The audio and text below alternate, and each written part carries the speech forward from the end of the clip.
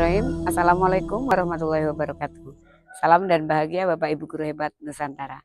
Perkenalkan, saya Trisniati SPD, Guru PTT SDN Labuan 1, Kecamatan Sreseh, Kabupaten Sampang, Provinsi Jawa Timur. Pada kesempatan kali ini, izinkan saya menyampaikan sebuah inovasi pembelajaran berdiferensiasi IPAS dengan model pembelajaran Project Based Learning yang terintegrasi TIK dan kearifan lokal bersama Teklong, teknologi dan kearifan lokal. Jadi seorang pendidik di Pulau Garam merupakan sebuah anugerah luar biasa yang sampai detik ini terus saya syukuri. Menjelajah laut dan pantai bersama laskar pesisir adalah hal luar biasa. Menjadi orang tua bagi mereka di sekolah serta menjadi sahabat bagi para nelayan merupakan pengalaman yang tak tergantikan. Namun, di tengah keindahan pesisir selatan Kabupaten Sampang, ada tantangan yang perlu kami selesaikan. Hasil tangkapan ikan yang melimpah di sini menjadi kurang berkualitas karena cuaca yang tidak menentu dan perubahan iklim. Di sisi lain, anak-anak yang terlahir dalam era digital menghadapi kesulitan mengatur waktu penggunaan teknologi. Bagaimana kita bisa menjawab tantangan ini? Selaras dengan materi perubahan wujud zat yang ada di kelas 4, saya merasa tertantang untuk menjawab masalah yang dialami oleh nelayan dengan melibatkan peserta didik di kelas 4 dengan latar belakang yang berbeda dalam pembelajaran diferensiasi secara kontekstual dan bermakna. Dengan asesmen awal yang cermat, kami dapat memahami kebutuhan individu dan memastikan pembelajaran berdiferensiasi yang efektif.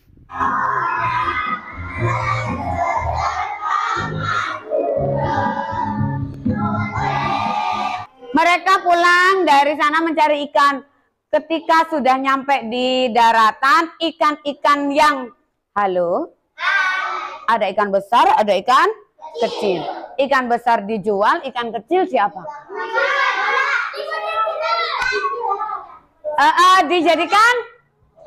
Dijadikan ikan asin, betul. Tapi kalau musim hujan para nelayan yang membuat ikan asin itu biasanya kebingungan nggak? Kamu mau nggak membantu mereka? Jadi hari ini hari ini kita akan belajar yaitu konsep penguapan. Pada proses pengeringan ikan kita membuat teknologi yang bisa mendeteksi kelembapan udara. Kalian mau nggak? Namun kita sepakati dulu mau berapa hari prosesnya, bagaimana konsepnya, kalian juga akan menentukan sendiri. Oke? Semangat? Kelas 4A?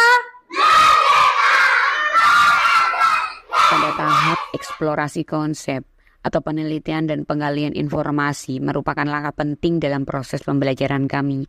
Pada tahap ini, peserta didik kami bekerja secara kolaboratif untuk mendapatkan pemahaman yang lebih mendalam tentang topik yang akan kami eksplorasi. Setiap kelompok, peserta didik bekerja sesuai dengan panduan yang telah kami sediakan dalam lembar kerja kelompok.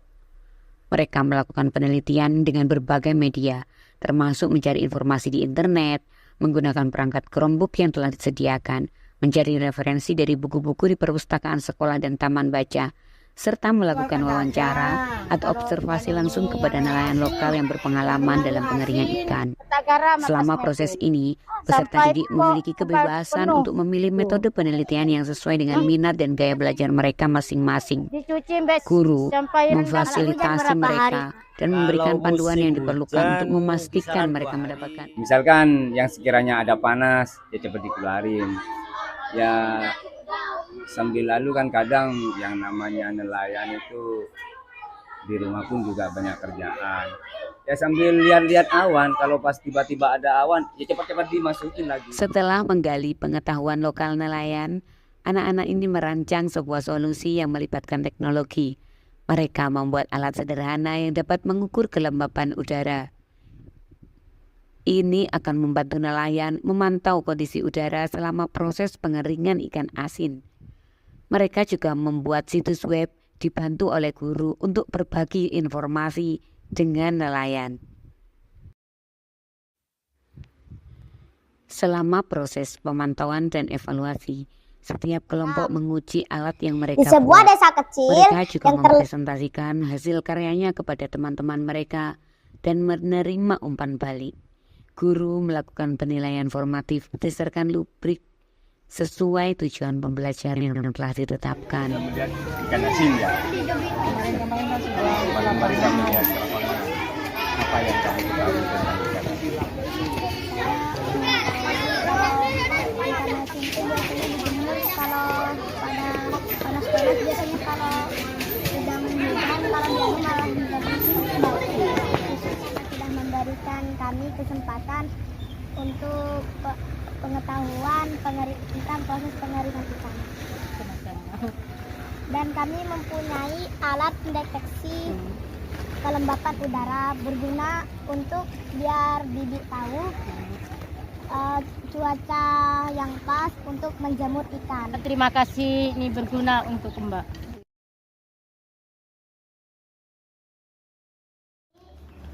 Terima kasih karena sudah memberikan kesempatan untuk berkunjung ke sini ya, Umi.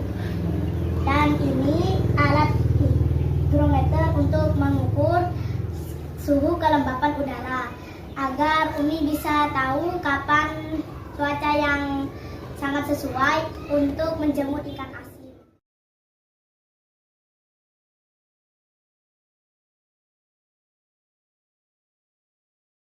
Bisa menyimpulkan kegiatan kita selama 6 hari ini. Siapa bisa?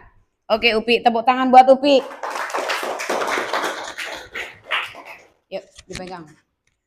Kesimpulannya adalah Dalam seminggu ini kami sudah belajar tentang mengenai perubahan wujud zat dan cara membuat hygrometer untuk bisa membantu para nelayan agar bisa menjemur ikan di cuaca yang tepat. Oke. Agar bisa tahu cuaca yang tepat. bagus sekali. Gimana perasaannya Upi setelah belajar seperti ini? Senang. Senang sekali. Oke, tepuk tangan lagi buat Upi. Benar sekali kesimpulannya.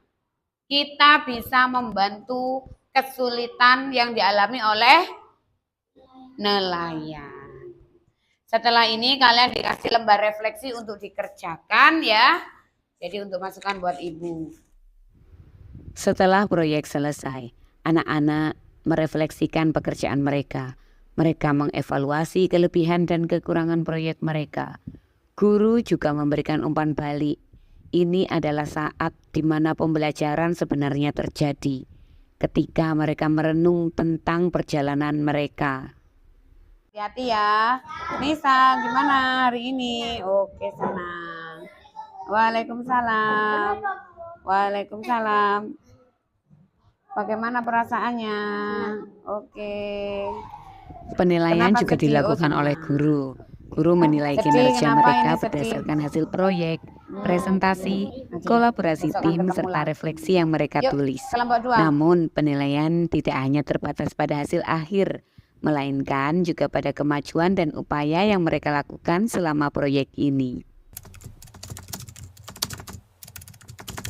Kelas 4A itu cerdas, ceria,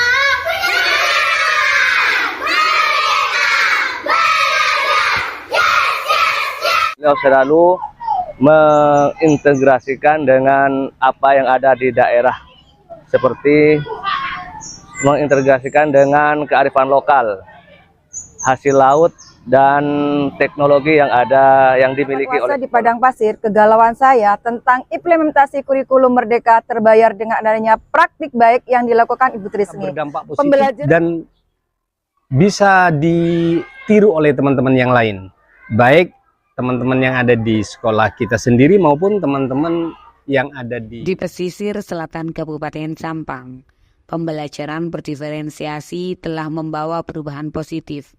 Kami berharap cerita ini menjadi inspirasi bagi semua yang ingin merangkul teknologi untuk melestarikan nilai-nilai tradisional